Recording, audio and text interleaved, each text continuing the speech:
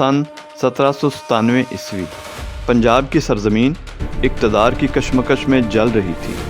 अफ़गान सल्तनत की गिरफ्त कमज़ोर पड़ रही थी और मकामी ताकतें अपने अपने हिस्से के इक़्तिदार के लिए सफ़ आरा थीं। इसी हंगामा खेज़ दौर में एक ऐसा वाक़या पेश आया जिसने न सिर्फ एक जंग को जन्म दिया बल्कि तारीख़ में एक दर्दनाक बाब रकम कर दिया। 18 मई 1793 को तैमूर शाह की वफ़ात के बाद हिंदुस्तान के मफतूहा इलाके अहमद शाह दुरानी के पोते ज़मान शाह दुरानी की निगरानी में आ गए। फरवरी 1797 में एक तरफ सिख उसके ख़िलाफ़ बरसरे पैकार थे और वह दिल्ली तक अपना इक़्तिदार वसी ना कर सका था, और दूसरी तरफ इसे इत्तला मिली कि उसका भाई महमूद शाह दुरानी अफ़गानिस्तान में उसकी दुरानी एम्पायर पर कब्ज़ा करने की कोशिश कर रहा है। लिहाजा वह फ़ौरन काबुल रवाना हो गया, और जब वह जेहलम पहुंचा तो सिखों ने उसे काफ़ी परेशान किया। इसलिए उसने वहां अहमद शाह शाहानची बाशी को सिंध सागर दोआब का गवर्नर मुकर्रर कर दिया। इस दौरान दो बड़े सिख जंगजू यके बाद दीगरे इंतकाल कर गए और उनकी जगह उनके बेटे जानशीन बन गए। उन्होंने खोए हुए सिख इलाके वापस लेने के लिए जद्दोजहद शुरू कर दी।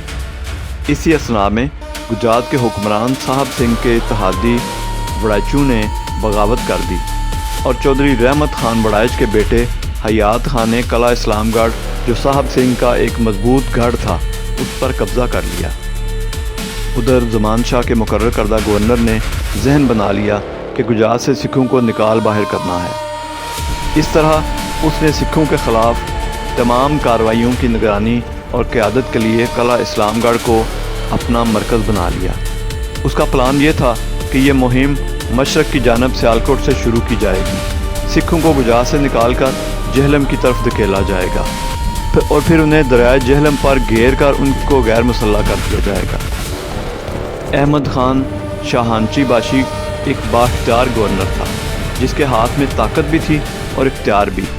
वो रोहतास को अपना मरकज़ बनाए बैठा था और आसपास के इलाकों में अपनी गिरफ्त मजबूत कर रहा था, मगर उसी ताकत के नशे में उसने एक ऐसा कदम उठाया जो उसके ज़वाल का सबब बन गया। हरानपुर के एक पुरसकून गांव से उसने एक नौजवान बरहमन लड़की को अगवा कर लिया।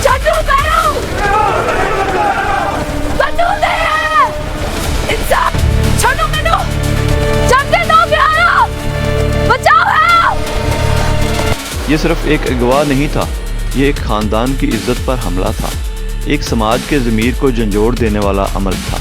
लड़की को ज़बरदस्ती इस्लाम कबूल करवाया गया और फिर उससे शादी कर ली गई। तुम मेरी निकाह की राजी हो?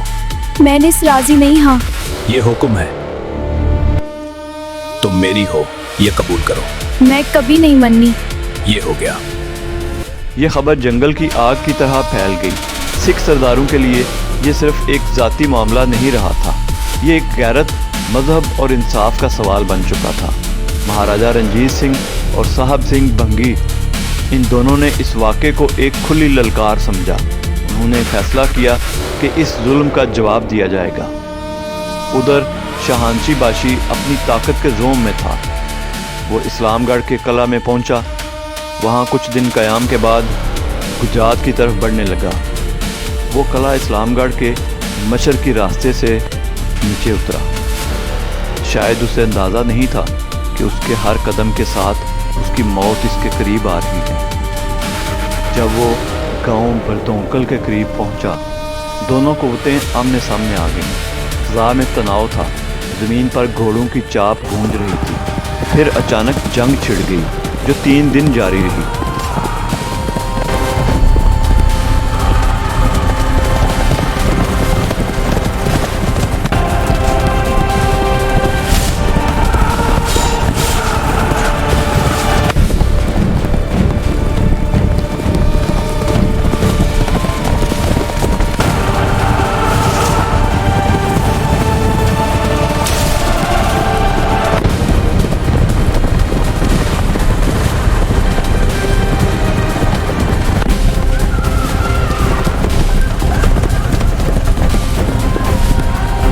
इसे मार्का गुजरात 1797 के नाम से याद किया जाता है। तलवारों की झनकार, तीरों की बारिश और चीहों की बाज़गश्त। इसी हंगामे में एक तीर हवा को चीरता हुआ आया और जा लगा जहांची बाशी के सीने में। वो लड़खड़ाया, ज़मीन पर गिरा और चंद ही लम्हों बाद 29 अप्रैल 1797 को मैदान जंग में दम तोड़ गया। मगर कहानी यहाँ ख़त्म नहीं हुई। उसकी लाश से उसका सर जुदा किया गया और उसे एक बांस पर चढ़ाकर गांव-गांव, शहर-शहर फिराया गया। ये एक लाश नहीं थी, ये एक पैगाम था कि जुल्म का अंजाम हमेशा यही होता है। जंग के बाद वो ब्राह्मण लड़की शाहंची के खेमे से बाजियाब करवाई गई। उसे उसके वालिदैन के पास ले जाया गया, मगर यहाँ एक और सानहा उसका मुंतज़िर था। उसके वालिदैन ने अपनी ही बेटी को कबूल करने से इनकार कर दिया। वो लड़की जिस पर जुल्म हुआ था, उसी को समाज ने तन्हा छोड़ दिया। उसने बाकी ज़िंदगी खामोशी और पाक दामनी में गुजार दी। वक्त गुजरा और उसकी याद में एक मढ़ी कायम हो गई, जहाँ लोग उसे सती के नाम से याद करने लगे। ये कहानी सिर्फ एक अगवा की नहीं, ये कहानी है ताकत के गुरूर की और उसके अंजाम की। ये कहानी है कि जालिम चाहे कितना ही ताकतवर क्यों ना हो, उसका अंजाम हमेशा ज़वाल ही होता है। और ये कहानी है एक बेकसूर लड़की की जो तारीख़ के शोर में खामोशी से दफन हो गई। तारीख़ के औराक में ऐसी कई कहानियाँ छुपी हैं, मगर कुछ दास्तानें दिल पर नक्श हो जाती हैं। ये भी इन्हीं में से एक है।